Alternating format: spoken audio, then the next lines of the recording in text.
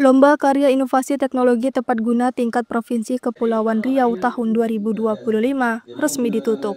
Kegiatan yang digelar selama 2 hari dari tanggal 23 sampai dengan 24 April 2025 menyalurkan para inovator-inovator terbaik dari kabupaten kota di Provinsi Kepulauan Riau.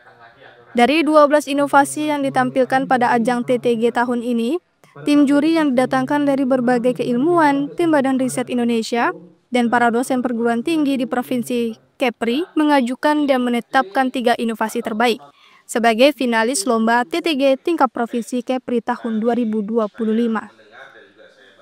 Itu tetap di ruang, misalnya input dia registrasi di ruangan A, jadi dia inputnya lagi itu, misalnya mengenali wajahnya lagi itu tetap di ruangan A, jadi tetap kondisi pencahayaan yang sama, Pak. Tidak terpindah tempat dengan yang lain, Pak. Misalnya tempat ada tempat B kan itu berbeda pencahayaan kan, Pak. Jadi di mana inputnya di situ juga ada input lagi, Pak.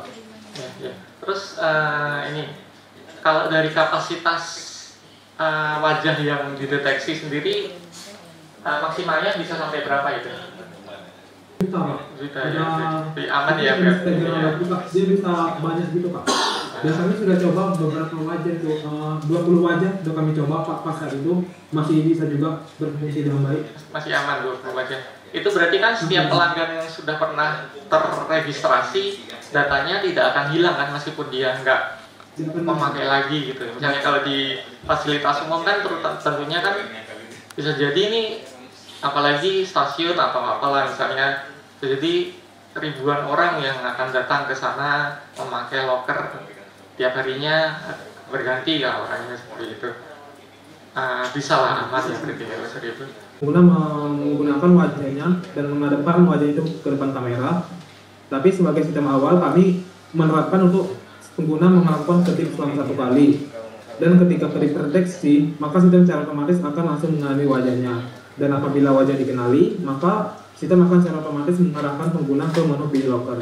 Pada pilih otomatis ini, sistem secara otomatis akan mengarahkan memilih loker secara acak untuk pengguna. Dan untuk pilih manual, pengguna memilih loker 1-8 yang bisa tersedia. Sebagai contoh di sini, ketika loker terpilih, maka pintu loker itu akan terbuka secara otomatis dan juga tertutup secara. Berdasarkan berita acara hasil penilaian nomor 01 BATTG PMD Dukcapil 4 2025 dan surat keputusan Gubernur nomor 400 tahun 2025 menetapkan juara 1 dengan inovasi penggunaan sistem hidroponik menggunakan keramba cerigen apung atau KJA sebagai metode pembibitan mangrove diraih peserta inovasi dari Kabupaten Bintan. Selanjutnya untuk juara kedua dengan inovasi teknologi alat celup batik bertenaga surya diraih inovator dari Kota Batam. Kemudian juara ketiga dengan karya inovasi lemari penyimpanan barang berbasis pengenalan wajah diraih inovator asal Kota Batam juga. Dan terakhir, sebagai juara harapan 1, inovasi kotak pintar penerima paket COD dan non-COD. Berbasis IoT, karya inovasi tersebut disabet juga inovator asal Batam. Ini luar biasa ini ya, bagi saya menarik kenapa ada kolaborasi antara mitra dengan perguruan tinggi. Biasanya ini pengusulnya mitra ini seperti ini, karena yang berbicara pertama kali mitra.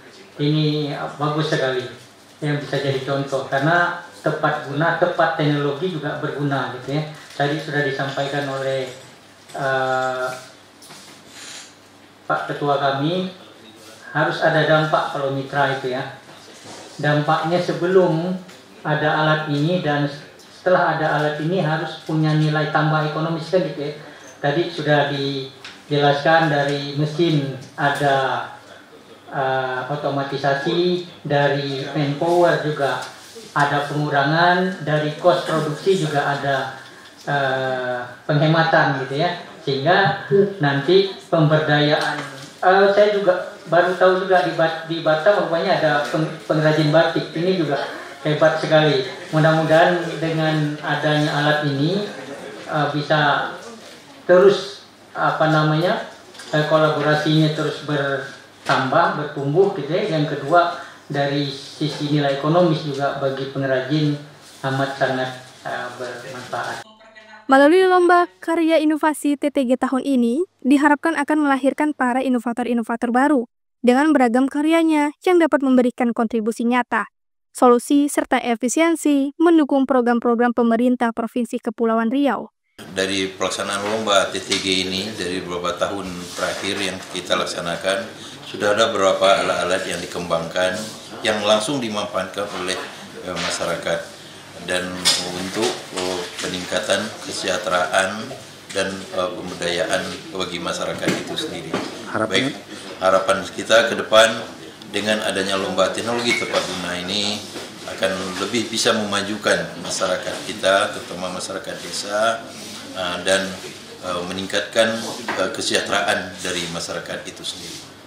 Selain itu, karya dan inovasi ini dapat langsung dirasakan dan dimanfaatkan oleh masyarakat, khususnya di Provinsi Kepulauan Riau dan Indonesia pada umumnya. Dari Tanjung Pinang, tim Ceria TV melaporkan.